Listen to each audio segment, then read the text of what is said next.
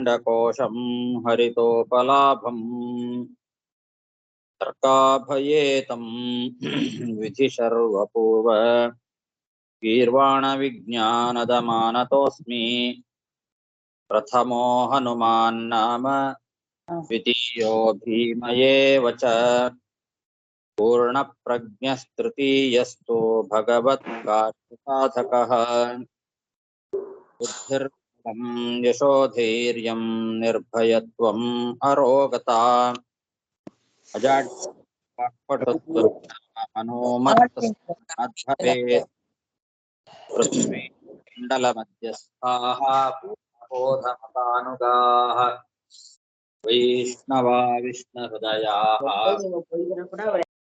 नमस्ये गुरुन् मम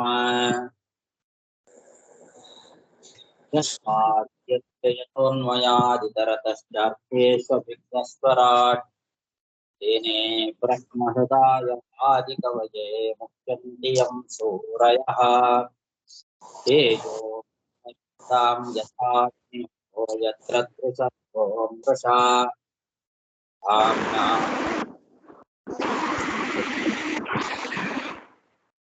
धीमहि सृष्टिस्थित्यप्येहा नियतिदृशितमो बन्धमोक्षाश्च यस्मात् अस्य श्रीब्रह्मरुद्रप्रभृतिसुरनरद्वीषशत्रुरात्मकस्य विष्णोर्व्यस्ताः समस्ताः सकलगुणनिधिः सर्वदोषव्यपेतः पूर्णानन्दोऽव्ययो यो गुरुरपि परमः चिन्तयेतं महान्तम् यं प्रव्रजन्तमनुपेतमपेतकृत्यं द्वैपायनो विरहकातर आजुहाव पुत्रेति तन्मयतया तरवोऽपि नेदुः तं सर्वभूतहृदयं मुनिमानतोऽस्मि श्रीगुरुभ्यो नमः हरिः ओम् ಶ್ರೀಮದ್ಭಾಗವತದ ತೃತೀಯ ಸ್ಕಂಧದ 29ನೇ ಅಧ್ಯಾಯದಲ್ಲಿ ಇವತ್ತು 41ನೇ ಶ್ಲೋಕ. ಸರ್ವಭೂತೇಷು ಚಾತ್ಮಾನಂ ಸರ್ವಭೂತಾನಿ ಚಾತ್ಮನಿ ಈಕ್ಷತಾನನ್ಯಭಾವೇನ ಭೂತೇಷ್ವಪಿ ತದಾತ್ಮತಾಂ. ಕಪಿಲ ತನ್ನ ತಾಯಿಯಾದ ದೇವಹೂತಿಗೆ ಹೇಳ್ತಾ ಇದ್ದಾನೆ, ಧ್ಯಾನ ಮಾಡ್ತಾ ಇರುವಾಗ ನಾವು ಯಾವ ರೀತಿಯಾದ ಭಗವಂತನ ರೂಪವನ್ನ ಚಿಂತನೆ ಮಾಡಬೇಕು, ಆ ಭಗವಂತನಲ್ಲಿ ಯಾವ ರೀತಿಯಾದ ಗುಣಗಳನ್ನ ಧ್ಯಾನ ಕಾಲದಲ್ಲಿ ಚಿಂತನೆ ಮಾಡಬೇಕು ಅಂತನ್ನೋದನ್ನ ಈ ಶ್ಲೋಕದಲ್ಲಿ ಹೇಳ್ತಾ ಇದ್ದಾನೆ.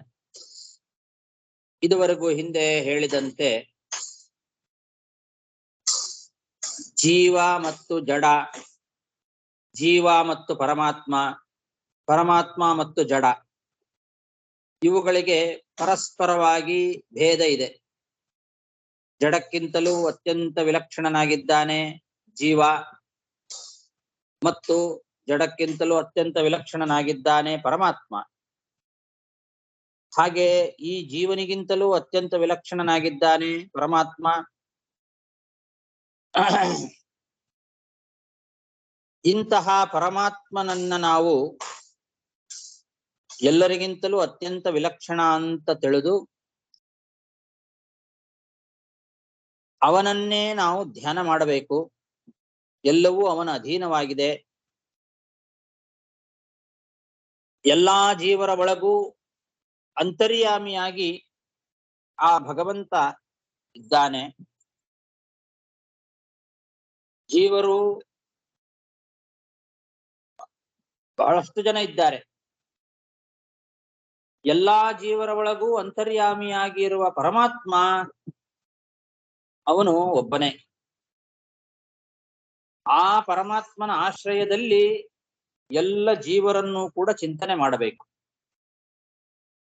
ಸರ್ವಭೂತೇಷು ಚ ಆತ್ಮಾನಂ ಸರ್ವಭೂತಾನಿ ಚ ಆತ್ಮನಿ.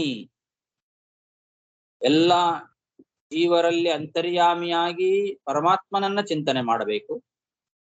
ಆ ಪರಮಾತ್ಮನ ಆಶ್ರಯದಲ್ಲಿ ಎಲ್ಲ ಜೀವರನ್ನೂ ಚಿಂತನೆ ಮಾಡಬೇಕು. ಆ ಪರಮಾತ್ಮನ ರೂಪಗಳೇನಿದ್ದಾವೆ ಆ ರೂಪಗಳಲ್ಲಿ ಅಭೇದವನ್ನ ಚಿಂತನೆ ಮಾಡಬೇಕು. ಭಗವಂತನ ಎಲ್ಲಾ ರೂಪಗಳು ಕೂಡ, ಯಾಕೆ ಪ್ರತಿಯೊಬ್ಬ ಜೀವರಲ್ಲೂ ಅಂತರ್ಯಾಮಿಯಾಗಿ ಭಗವಂತ ಇದ್ದಾನೆ. ಆ ಅಂತರ್ಯಾಮಿಯಾದ ಭಗವಂತನ ಎಲ್ಲ ರೂಪಗಳಲ್ಲಿ ಅಭೇದವನ್ನ ಚಿಂತನೆ ಮಾಡಬೇಕು. ಅವುಗಳಲ್ಲಿ ಭೇದ ಇಲ್ಲ. ಎಲ್ಲಾ ಜೀವರ ಒಳಗೆ, ಎಲ್ಲಾ ಜೀವರಲ್ಲಿ ಪರಮಾತ್ಮನ ಅಧೀನತ್ವವನ್ನು ಕೂಡ ಚಿಂತನೆ ಮಾಡಬೇಕು. ತದಾತ್ಮತಾಂ, ಎಲ್ಲಾ ಜೀವರಾಶಿಗಳು ಕೂಡ ಭಗವಂತನ ಅಧೀನರಾಗಿದ್ದಾರೆ ಅಂತನೂ ಕೂಡ ಚಿಂತನೆ ಮಾಡಬೇಕು. ಇದು ನಾವು ಧ್ಯಾನದಲ್ಲಿ ಚಿಂತನೆ ಮಾಡಬೇಕಾಗಿರ್ತಕ್ಕಂತಹ ಭಗವಂತನ ಗುಣ. ಈಕ್ಷತ ಅನನ್ಯ ಭಾವೇನ ಅಂತಿದೆ. ಅನನ್ಯ ಭಾವೇನ ಈಕ್ಷತ ಅಂತಂದ್ರೆ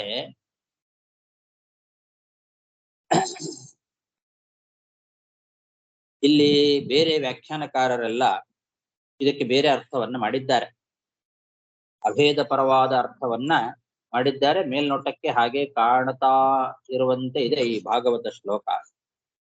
ಅನನ್ಯ ಭಾವ ಅಂತಂದ್ರೆ ತತ್ವಂ ಪದಾರ್ಥಗಳಿಗೆ ಅಭೇದ ಭಾವನೆ ಅಂತ ಅವರು ವ್ಯಾಖ್ಯಾನ ಮಾಡಿದ್ದಾರೆ. ಶ್ರೀಧರಿಯ ವ್ಯಾಖ್ಯಾನದಲ್ಲಿ ಐಕ್ಯ ಚಿಂತನೆ ಪರಮಾತ್ಮ ಮತ್ತು ಜೀವರಿಗೆ ತತ್ ತ್ವಂ ಅಂತ, ತತ್ವಮಸಿ ಅಂತನ್ನಲ್ಲಿ ತತ್ವ ಮತ್ತು ತ್ವಂ ಅಂದ್ರೆ ಅವನು ಮತ್ತು ನೀನು, ಅವರಿಬ್ಬರಲ್ಲಿ ಅಭೇದವನ್ನ ಚಿಂತನೆ ಮಾಡಬೇಕು, ಐಕ್ಯವನ್ನ ಚಿಂತನೆ ಮಾಡಬೇಕು. ಅನನ್ಯ ಭಾವ ಅಂದ್ರೆ ಅದು ಅಂತ ಹೇಳ್ತಾರೆ.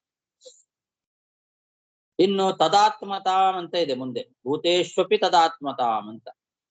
ತದಾತ್ಮತಾಂ ಅಂದ್ರೆ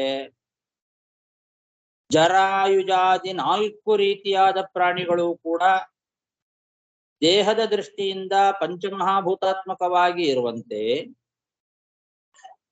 ಸ್ವರೂಪದಿಂದ ಜೀವರು ಪರಮಾತ್ಮರೇ ಆಗಿದ್ದಾರೆ ಅಂತ ಚಿಂತನೆ ಮಾಡಬೇಕು ಅಂತ ಹೇಳ್ತಾರೆ.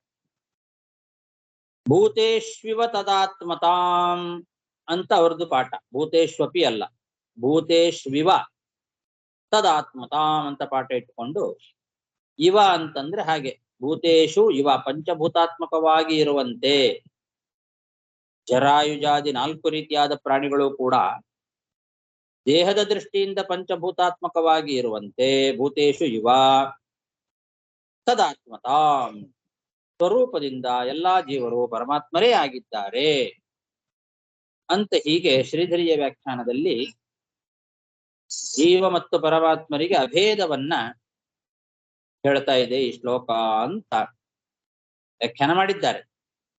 ವಿಶ್ವನಾಥ ವ್ಯಾಖ್ಯಾನದಲ್ಲಿ ಏನ್ ಹೇಳಿದ್ದಾರೆ ಅಂದ್ರೆ, ಪರಮಾತ್ಮನಿಗೆ ಸರ್ವ ವಸ್ತುಗಳ ಕಾರಣತ್ವವನ್ನು, ಸರ್ವ ವಸ್ತುಗಳ ಲಯಸ್ಥಾನತ್ವವನ್ನು ತಿಳಿಬೇಕು. ಕಾರಣ ಅಂತನ್ನೋದು ಕಾರ್ಯಾತ್ಮಕವಾಗಿದೆ ಅಂತ ಈ ರೀತಿ ವಿಶ್ವನಾಥ ವ್ಯಾಖ್ಯಾನದಲ್ಲಿ ಹೇಳಿದ್ದಾರೆ. ಸರ್ವಭೂತೇಶು ಚ ಆತ್ಮಾನಂ ಸರ್ವಭೂತಾನಿ ಚ ಆತ್ಮನಿ ಅಂತ ಅನ್ನೋದಕ್ಕೆ ಹಾಗರ್ಥ ಮಾಡ್ತಾರೆ. ಪರಮಾತ್ಮನಿಗೆ ಸರ್ವ ವಸ್ತುಗಳ ಕಾರಣತ್ವವನ್ನು, ಸರ್ವ ವಸ್ತುಗಳ ಲಯಸ್ಥಾನತ್ವವನ್ನು ಕೂಡ ತಿಳಿಯಬೇಕು ಅಂತ. ಇನ್ನು ವೀರರಾಘವ ವ್ಯಾಖ್ಯಾನದಲ್ಲಿ ಅವರು ಅನನ್ಯ ಭಾವ ಅಂತನ್ನೋದಕ್ಕೆ ಜೀವರನ್ನ ಅನನ್ಯ ಭಾವದಿಂದ ತಿಳಿಬೇಕು ಅಂದ್ರೆ, ಅವರು ಹೇಗೆ ಜ್ಞಾನರೂಪರಾಗಿ ಅಣುಪರಿಮಾಣರಾಗಿ ಇರ್ತಾರೋ ಹಾಗೆ ಸರಿಯಾಗಿ ತಿಳಿಬೇಕು, ವ್ಯತಿರಿಕ್ತವಾಗಿ ಅಲ್ಲ ಅಂತ ಆ ರೀತಿ ಈ ಶ್ಲೋಕಕ್ಕೆ ಅವರು ವ್ಯಾಖ್ಯಾನ ಮಾಡಿದ್ದಾರೆ. ತದಾತ್ಮತಾಂ ಅಂತ ಅನ್ನೋದಕ್ಕೆ ಜಡಗಳಲ್ಲಿ ಹೇಗೋ ಹಾಗೆ ಜೀವರಲ್ಲಿಯೂ ಕೂಡ ಆತ್ಮರೂಪದಿಂದ ಪರಮಾತ್ಮ ಇದ್ದಾನೆ ಅಂತ ತಿಳಿಬೇಕು ಅಂತ ಹೇಳುತ್ತಾರೆ. ಶುಕದೇವ ವ್ಯಾಖ್ಯಾನದ ಪ್ರಕಾರ ಅನನ್ಯ ಭಾವ ಅಂದ್ರೆ ಭಕ್ತಿ ಅಂತ ಅರ್ಥ ಮಾಡಿದ್ದಾರೆ. ಅಂದರೆ ಅನನ್ಯ ಭಾವದಿಂದ ಅಂದ್ರೆ ಭಕ್ತಿಯಿಂದ. ಅದ್ ಸರಿ. ಆಮೇಲೆ ಮುಂದೆ ತದಾತ್ಮತಾ ಅಂತಂದ್ರೆ ಬ್ರಹ್ಮನಿಗೂ ಜಗತ್ತಿಗೂ ಭೇದಾಭೇದ ಇರೋದರಿಂದ ಅವರ ಪ್ರಕಾರ ಈ ಬ್ರಹ್ಮನಿಗೂ ಮತ್ತು ಜಗತ್ತಿಗೂ ಭೇದ ಅಭೇದ ಎರಡು.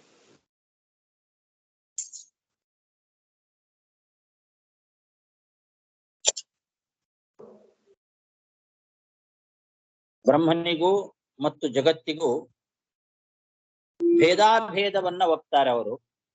ಭೇದನೂ ಇದೆ ಅಭೇದನೂ ಇದೆ ಅಂತ ಇರೋದ್ರಿಂದ ಅಭೇದವನ್ನ ಇಟ್ಟುಕೊಳ್ಳಬೇಕು ಅಂತ ಹೇಳಿದ್ದಾರೆ.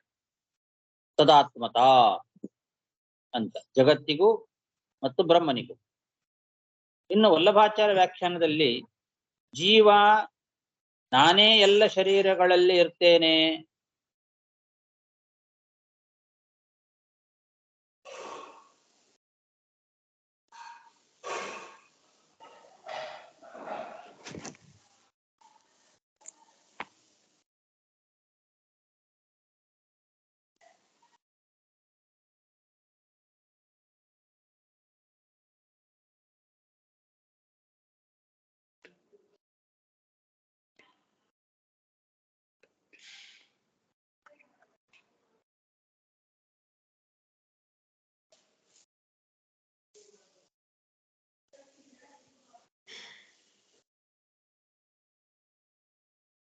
ಏನು ಕೇಳಿಸ್ಲಿಲ್ಲ ಆಚಾರ್ಯ.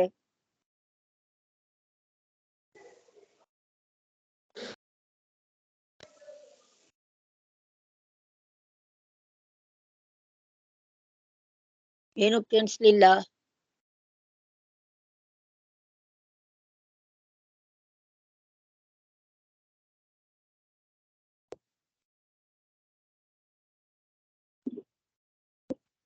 ಹರಯೇ ನಮಃ. ವಲ್ಲಭಾಚಾರ್ಯ ವ್ಯಾಖ್ಯಾನದಲ್ಲಿ ಏನ್ ಹೇಳಿದ್ದಾರೆ ಅಂದ್ರೆ ಜೀವ ನಾನೇ ಎಲ್ಲಾ ಪ್ರಾಣಿ ಶರೀರಗಳಲ್ಲಿ ಇರ್ತೇನೆ, ಎಲ್ಲಾ ಪ್ರಾಣಿ ಶರೀರಗಳು ನನ್ನಲ್ಲೇ ಇವೆ ಅನ್ಬೇಕು, ಹೊರತು ಭೇದ ಭಾವನೆ ಮಾಡಬಾರದು. ಹಾಗೆ ಪಂಚಭೂತಗಳಲ್ಲಿ ತಾನೇ ತನ್ನಲ್ಲಿಯೇ ಎಲ್ಲಾ ಪಂಚಭೂತಗಳು ಇದ್ದಾವೆ ಅಂತ ಅನ್ಬೇಕು ಅಂತ ಹೀಗೆ ವ್ಯಾಖ್ಯಾನ ಮಾಡಿದ್ದಾರೆ ವಲ್ಲಭಾಚಾರ್ಯ ವ್ಯಾಖ್ಯಾನ. ಸರ್ವಭೂತೇಷು ಚ ಆತ್ಮಾನಂ ಸರ್ವಭೂತಾನಿ ಚ ಆತ್ಮನಿ ಈಕ್ಷತಾನನ್ಯ ಭಾವೇನ ಭೂತೇಷು ತದಾತ್ಮತಾಂ ಅನ್ನೋದಕ್ಕೆ ಹಾಗೆ ಮಾಡಿದ್ದಾರೆ. ಈ ರೀತಿ ಬೇರೆ ಬೇರೆ ವ್ಯಾಖ್ಯಾನಕಾರರೆಲ್ಲ ಏನ್ ಹೇಳಿದ್ದಾರೆ, ಈ ಎಲ್ಲಾ ವ್ಯಾಖ್ಯಾನಗಳು ಕೂಡ ಅವರವರ ಮತಕ್ಕೆ ಅನುಸಾರವಾಗಿ ಅವರು ಈ ಶ್ಲೋಕಕ್ಕೆ ಅರ್ಥವನ್ನ ಮಾಡಿದ್ದಾರೆ, ಹೊರತು ಭಾಗವತದ ಮತಕ್ಕೆ ವೇದವ್ಯಾಸ ದೇವರ ಮತಕ್ಕೆ ಸರಿಯಾದ ಅಭಿಪ್ರಾಯವನ್ನ ಯಾರು ಹೇಳಲಿಲ್ಲ. ಇದೆಲ್ಲ ಭಾಗವತಕಾರರಾದ ವೇದವ್ಯಾಸ ದೇವರಿಗೆ ಸಮ್ಮತವಾದ ಅರ್ಥ ಅಲ್ಲ ಇದ್ಯಾವುದೂ ಕೂಡ. ಯಾಕೆ ಹಾಗಾದ್ರೆ ಅದಕ್ಕೆ ಏನರ್ಥ, ಈ ಶ್ಲೋಕಕ್ಕೆ ಏನರ್ಥ ಅಂತಂದ್ರೆ ಮಧ್ವಾಚಾರ್ಯರು ಇಲ್ಲಿ ತಾತ್ಪರ್ಯ ಬರೆದು ತೋರಿಸಿಕೊಡ್ತಾರೆ. ಅನನ್ಯ ಭಾವೇನ ತದ್ರೂಪಾಣಾಂ ಅಭೇದೇನ ಅಂತ ಅರ್ಥ ಬರೆದಿದ್ದಾರೆ. ಅನನ್ಯ ಭಾವೇನ ಅಂದ್ರೆ ತದ್ರೂಪಾಣಾಂ ಅಭೇದೇನ, ಬೇರೆ ಬೇರೆ ಪ್ರಾಣಿಗಳಲ್ಲಿ ಅಂತರ್ಯಾಮಿಯಾಗಿರುವ ಭಗವಂತನ ರೂಪಗಳೇನಿದ್ದಾವೆ ಆ ರೂಪಗಳಿಗೆ ಭೇದ ಅನ್ನೋದಿಲ್ಲ. ಸ್ಥಾನಭೇದ ಪ್ರಯುಕ್ತವಾಗಿ ಭೇದ ಇಲ್ಲ. ಇವರಲ್ಲಿ ಇದ್ದಾನೆ ಭಗವಂತ, ಆ ಸ್ಥಾನದಲ್ಲೂ ಇದ್ದಾನೆ, ಇನ್ನೊಂದು ಸ್ಥಾನದಲ್ಲೂ ಇದ್ದಾನೆ, ಹೀಗೆ ಬೇರೆ ಬೇರೆ ಪ್ರಾಣಿಗಳಲ್ಲಿ ಅಂತರ್ಯಾಮಿಯಾಗಿ ಸ್ಥಾನ ಭೇದ ಇದ್ದರೂ ಕೂಡ ಭಗವಂತನಿಗೆ ಭೇದ ಇಲ್ಲ. ತದ್ರೂಪಾಣಂ ಅಭೇದೇನ ಅಂತ ಅರ್ಥ ಬರೆದಿದ್ದಾರೆ. ಆ ರೀತಿ ಚಿಂತನೆ ಮಾಡಬೇಕು. ಎಲ್ಲಾ ಜೀವರಾಶಿಗಳಲ್ಲಿಯೂ ಎಲ್ಲ ಪ್ರಾಣಿಗಳಲ್ಲೂ ಇರುವ ಭಗವಂತನ ರೂಪಗಳಲ್ಲಿ ಅನನ್ಯ ಭಾವೇನ ಚಿಂತನೆ ಮಾಡಬೇಕು. ಅಂದ್ರೆ ಐಕ್ಯವನ್ನ ಚಿಂತನೆ ಮಾಡಬೇಕು. ಭಗವಂತನ ರೂಪಗಳಿಗೆ ಐಕ್ಯ ಚಿಂತನೆ. ಇನ್ನು ತದಾತ್ಮತಾಂ ಅನ್ನೋದಕ್ಕೆ ಅರ್ಥವನ್ನು ಬರೀತಾರೆ ಮಧ್ವಾಚಾರ್ಯರು. ತದಾತ್ಮತಾಂ ಸಸ್ಯಾದಾನಾದಿ ಕರ್ತೃತ್ವಂಚ ಭೂತ ವಿಷಯೇ. ಅಂದ್ರೆ ಭೂತೇಶು ತದಾತ್ಮತಾಂ ಅಂತಿದೆ. ಭೂತೇಶ್ವಪಿ ತದಾತ್ಮತಾಂ ಅಂದ್ರೆ ಭೂತಗಳ ವಿಷಯದಲ್ಲಿ ಪರಮಾತ್ಮನಿಗೆ ಸ್ವಾಮಿತ್ವವನ್ನ ತಿಳಿಯಬೇಕು ಅಂತ ಅರ್ಥ. ಎಲ್ಲ ಭೂತಗಳಿಗೂ ಅವನು ಸ್ವಾಮಿಯಾಗಿದ್ದಾನೆ ಅಂತ ತಿಳಿಬೇಕು. ಎಲ್ಲಾ ಜೀವರಲ್ಲಿ ಪರಮಾತ್ಮನ ಅಧೀನತ್ವವನ್ನ ಚಿಂತನೆ ಮಾಡಬೇಕು ಅಂತ ಅರ್ಥ. ಭೂತೇಶು ಅಂತನ್ನಲ್ಲಿ ಭೂತಗಳ ವಿಷಯದಲ್ಲಿ ಅಂತ ವಿಷಯ ಸಪ್ತಮಿ ವಿಭಕ್ತಿ ಇಟ್ಕೊಳ್ಬೇಕು. ಭೂತೇಶು ಅಂದ್ರೆ ಭೂತ ವಿಷಯೇ ಅಂತ ಮಾಡ್ಕೊಳ್ಬೇಕು. ವಿಷಯ ಸಪ್ತಮಿ ಅಂತ ಕರೀತಾರೆ ಅದನ್ನು. ವಿಷಯ ಅನ್ನೋ ಅರ್ಥದಲ್ಲಿ ಸಪ್ತಮಿ ವಿಭಕ್ತಿ. ಭೂತೇಶು ಅಂದ್ರೆ ಭೂತ ವಿಷಯೇ, ಭೂತಗಳ ವಿಷಯದಲ್ಲಿ ತದಾತ್ಮತಾಂ ಅಂತಂದ್ರೆ ಸ್ವಾಮಿತ್ವವನ್ನ ತಿಳಿಯಬೇಕು. ಭೂತಗಳ ವಿಷಯದಲ್ಲಿ ಪರಮಾತ್ಮನಿಗೆ ಸ್ವಾಮಿತ್ವವನ್ನ ತಿಳಿಯಬೇಕು ಅಂತ ಅರ್ಥ. ಅಲ್ಲಿ ತದಾತ್ಮತಾಂ ತಸ್ಯ ಆದಾನಾದಿ ಕರ್ತೃತ್ವಂ ಅಂತ ಬರೆದಿದ್ದಾರೆ ಮಧ್ವಾಚಾರ್ಯ. ಆದಾನಾದಿ ಕರ್ತೃತ್ವ ಅಂದ್ರೆ ತನ್ನ ವಶದಲ್ಲಿ ಇಟ್ಟುಕೊಳ್ಳೋದು, ರಕ್ಷಣೆ ಮಾಡೋದು ಮುಂತಾದವುಗಳೆಲ್ಲ ಆದಾನಾದಿ ಕರ್ತೃತ್ವ. ತಾನು ತನ್ನ ವಶದಲ್ಲಿ ಇಟ್ಕೊಂಡಿದ್ದಾನೆ ಭಗವಂತ ಎಲ್ಲರನ್ನೂ ಕೂಡ ಅಂತ ಈ ರೀತಿ ಅರ್ಥ ಇಟ್ಕೊಳ್ಬೇಕು. ಆದತ್ತೇ ಇತ್ಯಾತ್ಮ ಅಂತ ಆತ್ಮ ಶಬ್ದದ ವ್ಯುತ್ಪತ್ತಿ. ಆತ್ಮತಾಂ ಅಂದ್ರೆ ಆದತ್ತೇ ಇತಿ ಆತ್ಮ, ಎಲ್ಲವನ್ನೂ ತನ್ನ ವಶದಲ್ಲಿ ಇಟ್ಟುಕೊಂಡಿದ್ದಾನೆ ಅಂದ್ರೆ ಸ್ವಾಮಿತ್ವ ಇದೆ ಅವನಿಗೆ ಅಂತ ಈ ರೀತಿ ಅಭಿಪ್ರಾಯ. ಹಾಗಾಗಿ ಭೂತೇಶ್ವಪಿ ತದಾತ್ಮತಾಂ ಅಂದ್ರೆ ಎಲ್ಲ ಪರಮಾತ್ಮನ ರೂಪಗಳಲ್ಲಿ ಅಭೇದವನ್ನು ಚಿಂತನೆ ಮಾಡಬೇಕು. ಎಲ್ಲಾ ಜೀವರಲ್ಲಿ ಭಗವಂತನ ಅಧೀನತ್ವವನ್ನು ಚಿಂತನೆ ಮಾಡಬೇಕು. ಆ ಎಲ್ಲ ಜೀವರುಗಳು ಕೂಡ ಭಗವಂತನ ಸ್ವಾಮಿತ್ವಕ್ಕೆ ಒಳಪಟ್ಟು ಭಗವಂತನ ಅಧೀನರಾಗಿ ಇದ್ದಾರೆ ಅಂತ ಈ ರೀತಿ ಚಿಂತನೆ ಮಾಡಬೇಕು. ಎಲ್ಲಾ ಜೀವರಾಶಿಗಳ ಒಳಗೆ ಇರುವ ಭಗವಂತನ ರೂಪಗಳಲ್ಲಿ ಅಭೇದವನ್ನ ಚಿಂತನೆ ಮಾಡಬೇಕು. ಅವನು ಒಬ್ಬನೇ ಆಗಿದ್ದಾನೆ ಅಂತರ್ಯಾಮಿಯಾಗಿ. ಆ ಪರಮಾತ್ಮನ ಆಶ್ರಯದಲ್ಲಿ ಎಲ್ಲ ಜೀವರುಗಳು ಕೂಡ ಇದ್ದಾರೆ ಅಂತ ಹೀಗೆ ಚಿಂತನೆ ಮಾಡಬೇಕು. ಸರ್ವಭೂತೇಷು ಚ ಆತ್ಮಾನಂ ಸರ್ವಭೂತಾನಿ ಚ ಆತ್ಮನಿ.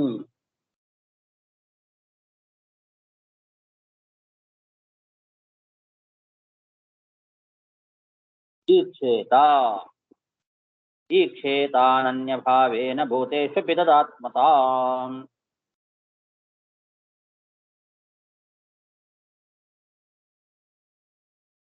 ಸ್ವಯೋನಿಷು ಯಥಾ ಜ್ಯೋತಿರೇಕಂ ನಾನಾ ಪ್ರತೀಯತೆ ಯೋನೀನಾಂ ಗುಣವೈಷಮ್ಯಾತ್ ತಥಾತ್ಮಾ ಪ್ರಕೃತೌ ಸ್ಥಿತಃ.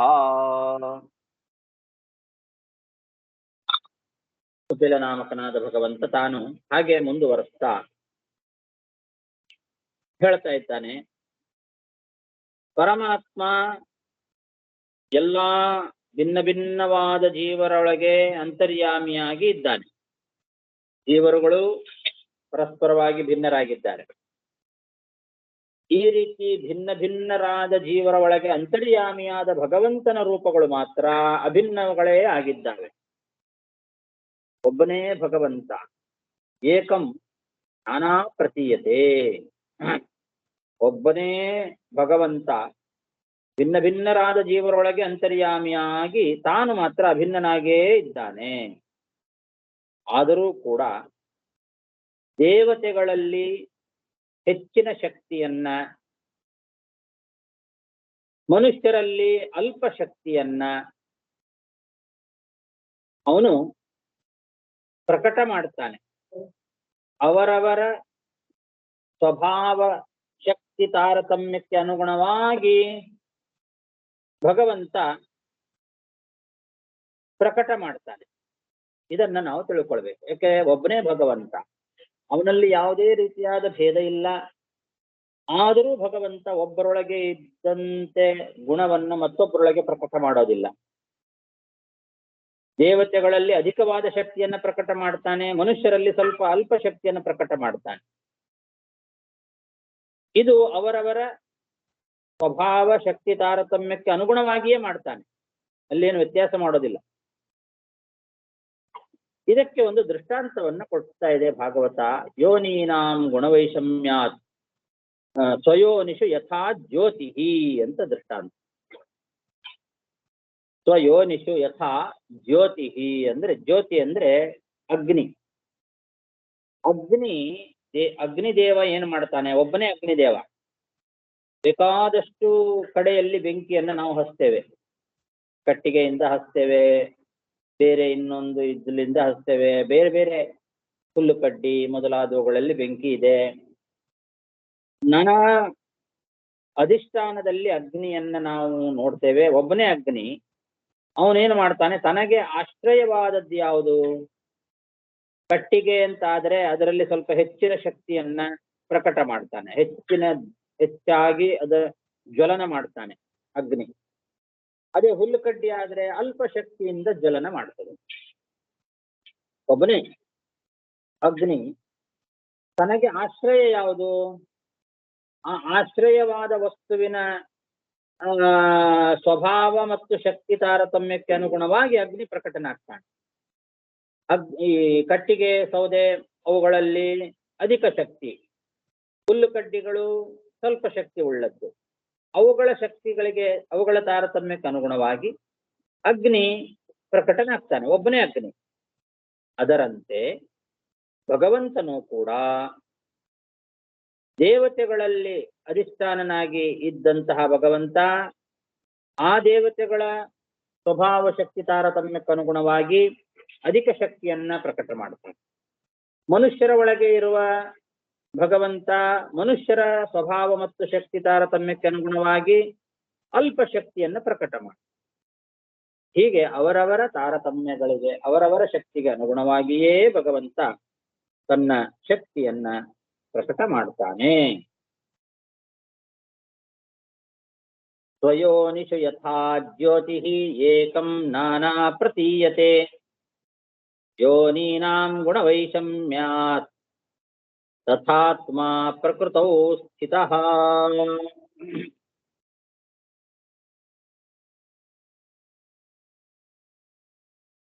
ಸಾಕು, ಇವತ್ತು 42 ಶ್ಲೋಕ ಆಯ್ತು. ಶ್ರೀಕೃಷ್ಣಾರ್ಪಣಮಸ್ತು.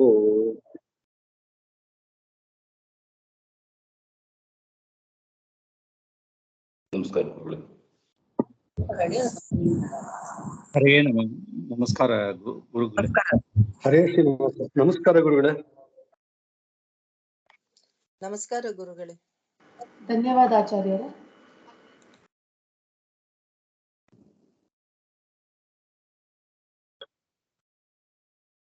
ನಮಸ್ಕಾರ ಗುರುಗಳೇ. ಪದ್ಮಾವತ್ ಶ್ರೀನಿವಾಸನ್.